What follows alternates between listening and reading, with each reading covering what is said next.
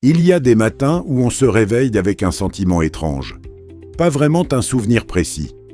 Plutôt une trace, une émotion qui flotte encore là, entre le sommeil et l'éveil. Quelque chose s'est passé pendant la nuit. Quelque chose que le cerveau a fait sans qu'on lui demande. Les rêves fascinent depuis toujours.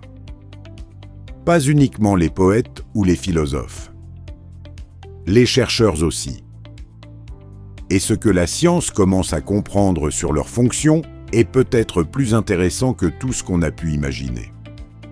Selon certains travaux en neurosciences et en psychologie cognitive, les rêves ne seraient pas de simples productions aléatoires du cerveau endormi. Ils pourraient jouer un rôle actif dans le traitement des émotions. Pendant le sommeil paradoxal, la phase durant laquelle la plupart des rêves se produisent, le cerveau réactiverait les expériences émotionnelles de la journée.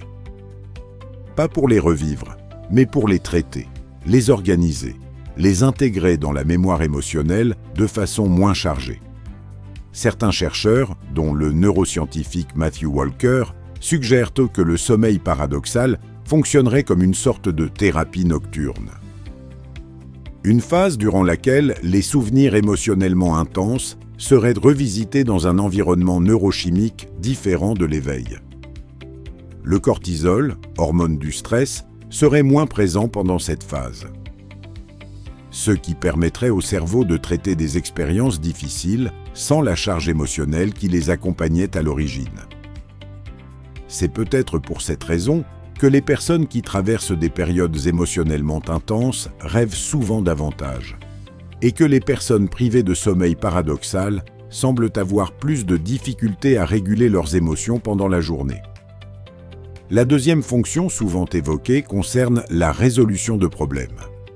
Certaines études suggèrent que le cerveau endormi continuerait à travailler sur des problèmes non résolus, en créant des associations inhabituelles entre des éléments qui ne seraient pas connectés à l'état d'éveil. Ce processus pourrait expliquer pourquoi certaines personnes trouvent des solutions ou des idées nouvelles après une nuit de sommeil.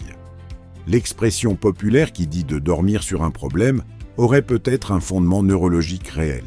Il y a aussi une troisième dimension, les rêves récurrents. Ces rêves qui reviennent encore et encore avec les mêmes thèmes ou les mêmes scénarios. Selon certains travaux en psychologie, les rêves récurrents pourraient être liés à des préoccupations émotionnelles non résolues. Des situations que le cerveau cherche à traiter mais n'y parvient pas complètement. Comme une boucle qui se répète parce que la résolution n'a pas encore été trouvée, les cauchemars fonctionneraient selon un mécanisme similaire. Ils ne seraient pas forcément le signe d'un trouble. Ils pourraient être une tentative du cerveau de préparer l'organisme à faire face à des situations perçues comme menaçantes. Une forme de simulation émotionnelle qui aurait des racines évolutives. Ce qui est peut-être le plus fascinant, c'est que même si on ne se souvient pas de ces rêves, au réveil, le travail émotionnel aurait quand même eu lieu. Le cerveau aurait fait son travail silencieusement. Et ce sentiment étrange du matin, cette trace sans forme précise, pourrait être l'écho de ce traitement nocturne.